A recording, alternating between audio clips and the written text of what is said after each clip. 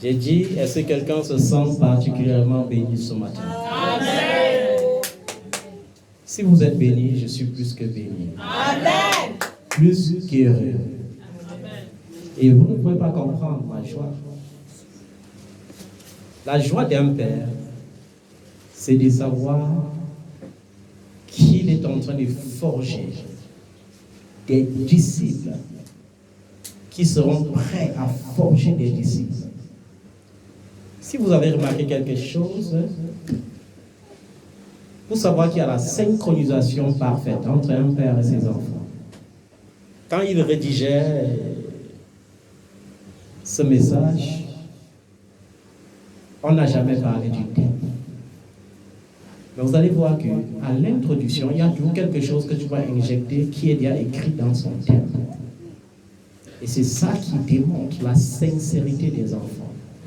Je vous ai dit en vérité, et je le dis, s'il faut se vanter, je vais me vanter d'avoir un Jésus sûr qui agit sûrement. Et je vous ai dit, je le dis, si un enfant vient dans ce ministère, sa vie ne change pas. C'est que la seule conséquence, c'est que soit il vit dans le péché, soit il n'est pas sincère envers l'homme de Dieu. Quand tu es sincère, Dieu te bénit. Et je suis tellement béni parce que, waouh, quelqu'un, la foi. Il y a quelque chose que le Seigneur vient de faire de façon extraordinaire. Quelque chose qui vous sauve. Parce que je vous ai dit une chose, il y a des choses pour lesquelles je ne prêche plus. Amen.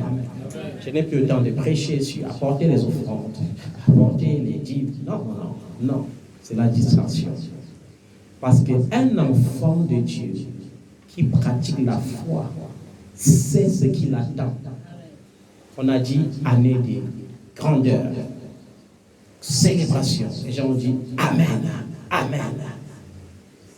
Mais quelque chose vient de se passer. Le Seigneur t'a rappelé que la foi sans œuvre est une foi morte. C'est comme depuis que je sers Dieu, il y a des enfants qui ont été bénis de façon extraordinaire, c'est-à-dire ils n'ont plus faim. Ils peuvent faire des grands projets et les réaliser. Mais à côté de leurs projets, je dis toujours, tant que tu ne te souviens pas de la source qui t'a béni, tu as beau avoir tout l'argent du monde, tu ne peux pas être heureux. Tu ne peux pas t'estimer être heureux. Il y a des enfants même qui, une fois bénis, renient la source parce qu'ils ont peur de contribuer pour l'accroissement de la source. Vous savez, je vous ai dit, officieusement, j'ai commencé à servir Dieu quand j'étais au lycée. J'ai évangélisé pour la première fois en 1999. L'évangélisation de la rue. Et le Seigneur m'a envoyé vers des personnes humbles et vers des personnes orgueilleuses. Je me rappelle, en 1999, je suis allé avec nous, on recevait les traités bientôt. Il y avait les traités qu'on distribuait avant. On avait écrit le titre, c'était bientôt. Et je suis allé vers un homme qui avait garé une grosse Mercedes. Et je lui ai tendu ça, il m'a dit, ça coûte combien? Je lui ai dit, ça coûte rien du tout. Il était stupéfait. Il ne comprenait pas. La foi sans les œuvres est une foi morte. Et le Seigneur est en train de te dire quelque chose et de parler à plusieurs dans cette assemblée. À plusieurs personnes qui critiquent l'habillement de leurs frères, qui critiquent l'habillement de leurs sœurs. La meilleure façon, c'est que si tu vois que ta sœur est mal vêtue, prie que le Seigneur te donne de l'argent. Amène la sœur dans une boutique, achète le genre d'habits que tu ne peux pas critiquer et donne à ta sœur. C'est ça les œuvres de la foi. L'église est devenue ce que l'apôtre Paul a décrit. Il dit, l'église est devenue, et c'est une réalité, dans la majorité des assemblées, si vous entrez à deux dans une assemblée, l'autre est en costume, ou l'autre a garé une voiture au parking, toi tu as marché à pied, vous entrez ensemble, on prend celui qui a garé la voiture au parking, on le met à la première place. On prend celui qui a marché à pied, on le met dans la foule, là où l'homme de Dieu ne doit même pas le voir. Et ce sont des choses qui ne plaisent pas au Seigneur. Nous ne devons pas pratiquer la foi corrompue, mais une foi digne. Voilà, par exemple, nous sommes aujourd'hui, c'est le 15 janvier déjà. Nous sommes le 15 janvier. Et je dis, waouh, c'est étonnant, tellement étonnant. Les enfants aiment les assemblées où on va les dire, venez s'aimer ceci, venez s'aimer cela, venez s'aimer. Mais là où on les prêche la vérité, pour que la vérité les pousse à poser des actes qui vont les bénir, ils préfèrent rester tranquilles. La foi sans les œuvres est une foi vaine. C'est une foi morte. C'est une foi qui ne peut rien produire. Ça veut dire, Seigneur, ça c'est mon année de grandeur. Ça c'est mon année de célébration. Seigneur, je décide de vivre la grandeur. Pour cela, dans le secret avec toi, dans l'intimité avec toi, voilà ce que j'ai décidé de faire durant toute l'année pour toi, parce que Dieu est un Dieu d'alliance. Mais il y a des enfants qui ont répondu « Amen ». Nous sommes jusqu'au 15 janvier. Il y a d'autres qui programment même Dieu. J'ai des enfants à l'étranger qui programment Dieu. Ça veut dire que quand l'année commence, ils ne font rien pour Dieu. Après, ils appellent l'homme de Dieu et disent je sais moi-même que depuis que l'année a commencé, je n'ai rien fait, mais disons, même le mois, tel mois, oui, ce que le Seigneur veut, je vais faire. Et c'est dangereux. Et le diable aime cette distraction. Il aime ce genre de distraction. Et j'ai appris à servir Dieu, bien aimé, humblement. Et les gens me trouvent humble, mais je tremble toujours parce que je dis, Seigneur, rends-moi encore plus humble, comme un tout petit enfant. Et un enfant de Dieu devrait dire, Seigneur, remplis-moi encore de plus d'amour, de plus d'humilité. Je ne veux pas régner à la place de Christ. Je veux que Christ règne. Amen. Et dans les assemblées, le frère entre, il est riche. Le mois prochain, il est déjà ancien d'église. Le mois prochain, il est déjà diacre. Le mois prochain, il est déjà serviteur de Dieu. Parce qu'il est riche. Mais le pauvre, il est marginalisé. Ce n'est pas comme ça que Dieu a voulu que son église soit. Dans l'église de Dieu, tout le monde, je dis bien tout le monde, enfants, grands, riches, pauvres, nous formons la même pierre pour bâtir un même édifice. Amen. Et je rends grâce à Dieu parce qu'il fait toutes choses bonnes en son temps. Et je vous le dis en vérité, cette année ne se terminera pas. Plusieurs d'entre vous vont prêcher l'évangile. Ils vont monter sur cette chaire.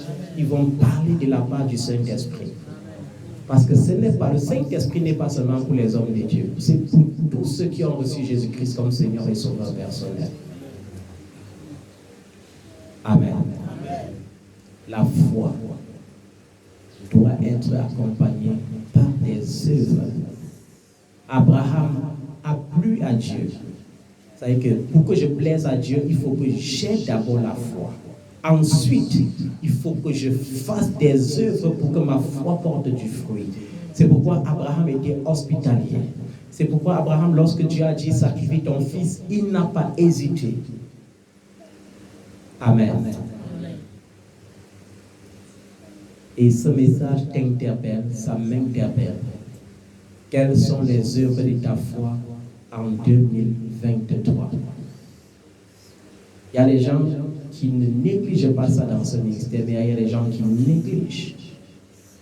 Je vous ai dit, c'est très facile de se rendre utile. On n'est pas utile dans la maison de Dieu parce qu'on est milliardaire. On est utile parce qu'on a la volonté. Et dès qu'on a la volonté, Dieu se lève et bénit cette volonté. Et je vous ai dit, prenez les exemples. Il y a vos sœurs ici, il y a une de vos sœurs. C'est pas parce qu'elle vit elle ne vit même pas dans un duplex. Elle ne vit pas dans un quartier qu'on peut estimer être un quartier bien. Mais elle fait tout pour que la maison de Dieu ne soit jamais endettée. Elle fait tout pour que chaque dimanche, que j'ai au moins de l'eau pour boire. Une bouteille d'eau coûte combien? Rien du tout. Mais parfois, où est la volonté? Je me rappelle une fois, j'avais émis l'idée qu'il fallait que la mission évangélique ait son terrain. Et dans le projet des terrains, je disais, Seigneur, il faut que nous ayons un terrain tellement grand. Parce que si on a un terrain tellement grand, on va cultiver une partie. Et les récoltes vont servir pour nourrir ton peuple. Et si au-delà de les nourrir, il y a le superflu, on vend pour que ton œuvre ne souffre derrière. Et quand j'avais émis cette idée aux enfants qui sont à l'étranger, il y a une qui était venue me dire, oui, je suis en train d'acheter mon terrain au Cameroun et le jour que tu voudras acheter le terrain pour le ministère, je vais contribuer. Vous savez, ce sont des gens qui savent promettre à Dieu quand ils ont peur d'échouer dans leur business. Et j'ai dit, il n'y a pas de problème. 2 années après, je lui dis, bon, ma fille, comme tu vois, le ministère a pour projet d'acheter le terrain. Elle n'a jamais répondu à ce message jusqu'à aujourd'hui. Elle n'a jamais répondu. Après, pour répondre au message, c'était « Homme de Dieu, je suis en train de vouloir m'acheter une maison ici en France. Il faut que tu pries pour que le Seigneur m'accorde la grâce de réussir dans ce projet. Comme ça, dès que j'achète la maison, je t'invite ici en France, tu viens un peu te reposer. » Et je vous le dis en vérité, quand elle signait le contrat pour sa maison, je n'étais plus au courant.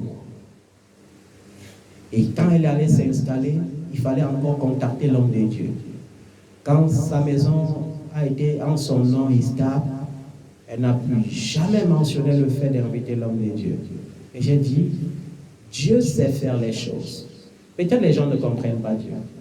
Dieu ne partage pas sa gloire avec les hommes. Dieu fait cela parce qu'il sait qu'un jour, si ça passe par eux, ils vont dire, c'est à cause de moi que l'homme de Dieu est venu en France. Mais Dieu veut qu'un jour, eux, ils se retrouvent là-bas et que je dise, ma fille, tu habites où? Parce qu'il veut venir bénir ta maison. Amen. Et si tu n'as pas la foi, tu ne peux pas penser comme moi. Les autres hommes de Dieu se ridiculisent parce qu'ils manquent la foi. Ils veulent toujours courir derrière les hommes. Ma fille fait ceci, mon fils fait cela. Et je me rappelle, il y a une de mes filles à qui Dieu a beaucoup donné. Elle voudra même un jour croire que peut-être sa foi c'est un mérite, c'est pas un mérite. Et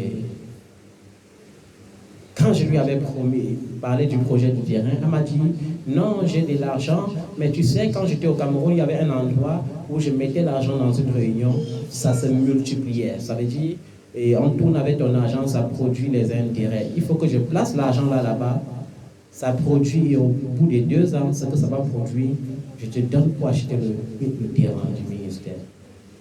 Je lui ai dit oui, mais elle n'a pas compris que mon oui c'est non, parce qu'on ne peut pas acheter le terrain pour l'œuvre de Dieu avec un sacrifice qui n'a rien coûté, parce que c'est un sacrifice inutile.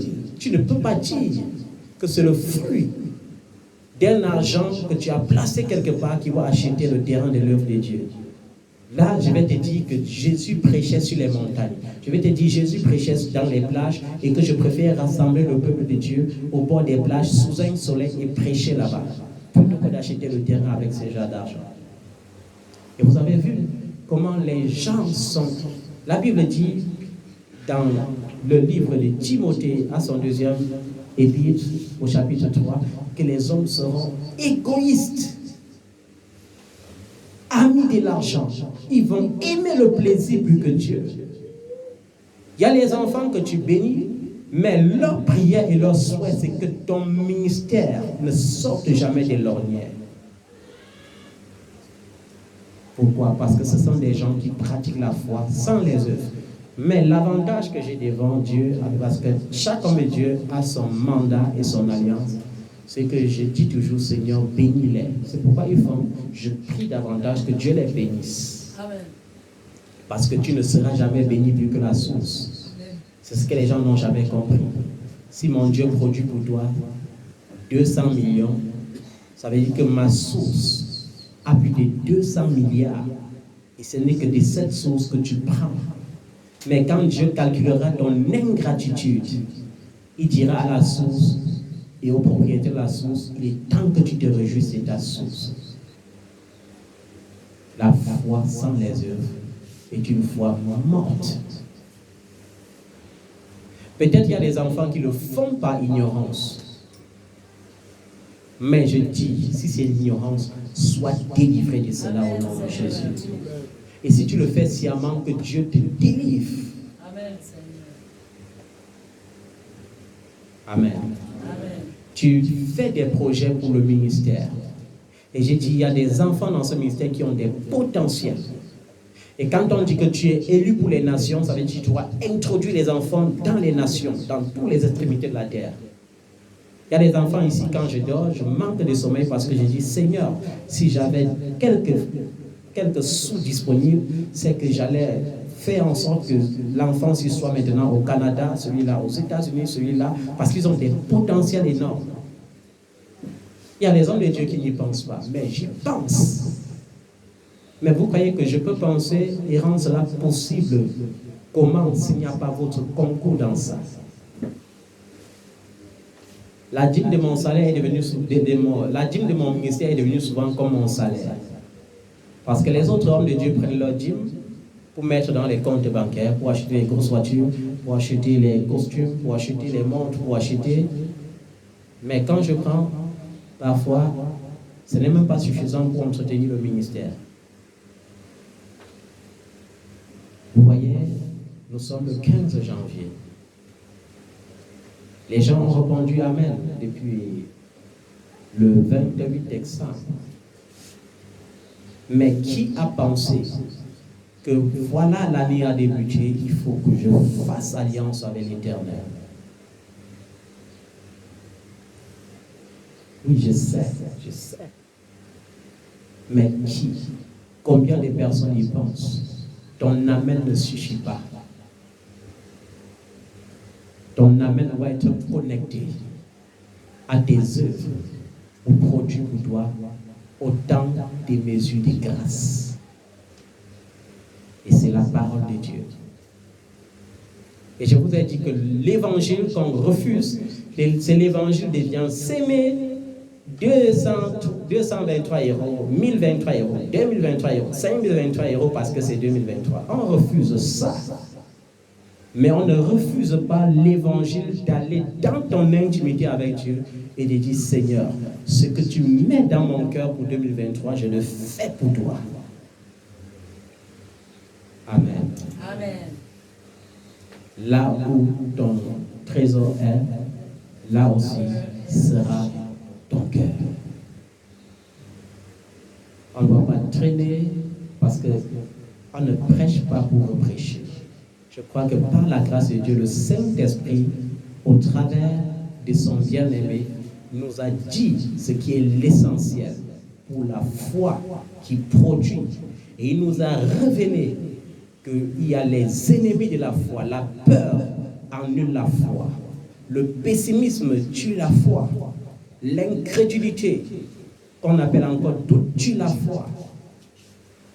Tu ne peux pas dire je crois et dire peut-être encore. Ou tu crois, ou tu ne crois pas. Amen. C'est par la foi que tu dis Amen. Cette année, je vais vivre la grandeur. Amen. Cette année, je vais faire des célébrations. C'est par la foi. Ce n'est pas par plaisir ou par bruit. Parce qu'il y a trop de bruit dans l'église aujourd'hui, des bruits inutiles. Amen. Et je rends grâce à Dieu parce qu'il y a déjà les témoignages pour janvier, et ce n'est pas terminé, nous sommes encore le 15, il doit avoir les témoignages. Ta vie doit être une vie de témoignages. Il faut que ton témoignage arrive. Amen. Et quand une bénédiction veut commencer, Dieu t'introduit d'abord à la base pour voir si tu mérites le sommet. Et dit, soyez fidèles dans les petites choses et vous verrez comment je vous confierai des grandes. C'est pourquoi nous devons acclamer le Dieu des prophètes pour ce qu'il a fait dans la vie de notre frère Junior que voici. Parce que Il y aura des moments où on ne le verra pas parce que son statut est en train de changer. Je ne dis pas que son statut a changé, mais je dis que son statut est en train de changer. Le chômage est en train de donner place au travail. Amen. Et je rends grâce à Dieu parce que ça se passe comme Dieu prévoit. Quand il y a la main de Dieu quelque part, tu vois comment la main de Dieu agit. Ça veut dire que Dieu t'introduit à la base. À la base, il te donne d'abord quelque chose qui peut t'étonner, mais qui semble petit aux yeux des autres. Et ensuite, boum, il te prend, il t'établit au sommet. Parce que notre Dieu, ce n'est pas un Dieu qui donne seulement le travail, c'est un Dieu qui bénit nos entreprises, c'est un Dieu qui fait de nous le numéro 1 partout où il nous a introduits. Et je crois que le Seigneur va l'établir numéro 1 là où il l'a établi.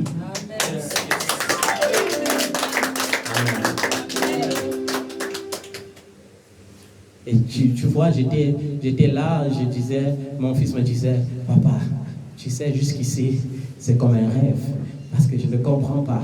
Mais papa, je ne comprends pas comment je peux aller devant un directeur. Mais il me parle avec tant d'humilité. Pendant ce temps, je suis en train de trembler que j'ai peur même de faire l'erreur, parce que ce genre de personnes, il est en train de me parler comme un père qui parle à son fils. Il est en train de me dire, tu vois, il faut que tu viennes signer ton contrat. Il faut. Et il dit, jusqu'ici, c'est vraiment un rêve. Est-ce que je dois vraiment signer le contrat? Jusqu'à ce qu'il se trouve en train de signer le contrat. Amen. Ce n'est qu'un commencement. Et Dieu achèvera l'œuvre qu'il a commencée. Et j'avais votre fils que vous n'avez pas vu, Christian, quand il est venu à Yaoundé me voir récemment, il disait, et papa, on a dit que je viens déposer le visa et puis la demande de visa. Et peut-être, je lui ai dit, mon fils, on ne dit pas peut-être. On dit, je vais aller récupérer le visa. Moi, je suis en train de préparer ton voyage parce que je sais que tu vas prendre le visa. Ce n'est pas parce qu'il y a un peut-être. C'est parce que je crois que c'est disponible. Amen. Et par la grâce de Dieu, il a bien voyagé. Et je sais que Dieu qui a commencé cette œuvre la rendra parfaite. Amen. Et il doit avoir des témoignages. Les femmes mariées doivent porter des enfants. Les hommes célibataires doivent être fiancés. Les femmes célibataires doivent être fiancées. Les enfants doivent briller à l'école. Les hommes qui ont des diplômes doivent travailler. Et dans des postes stratégiques, parce que la puissance de la résurrection t'introduit au milieu d'eux. Ils vont créer des systèmes viciés. Ils vont créer des systèmes vicieux. Ils vont dire, nous sommes francs-maçons, personne ne peut entrer ici, si les francs-maçons. Nous sommes homosexuels, personne n'entrera ici. Mais tu dois entrer. Tu dois régner sur eux parce que tu as Jésus. Jésus qui est resté des morts. Et c'est ça la foi. Amen. Il y a quelque chose qu'on va faire encore ce matin avant de conclure ce culte. Je vais supplier mon frère que voici, je sais que ce n'était pas dans son programme, de venir nous donner, même si c'est 5 minutes. Je t'ai vu chanter. Je veux que tu chantes pour la gloire de Dieu ce matin. Amen. Il faut exercer les dons. Lorsque Dieu nous donne des dons, c'est pour les exercer. Donc il faut que tu viennes, que tu chantes. Viens te placer ici, tu chantes avec le micro pour que ça réjouisse le cœur du Seigneur. Alléluia. Peuple de Dieu, bonjour. Vous savez, avant de faire la louange, on va d'abord faire quelques chants d'adoration. Et Dieu, en fait, aime l'adoration. Amen.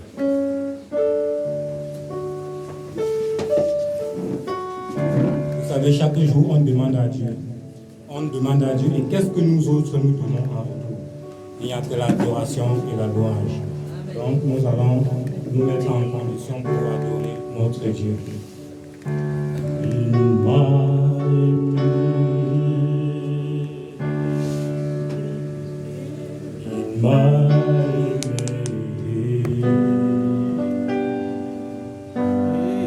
Il m'a aimé. Il ne change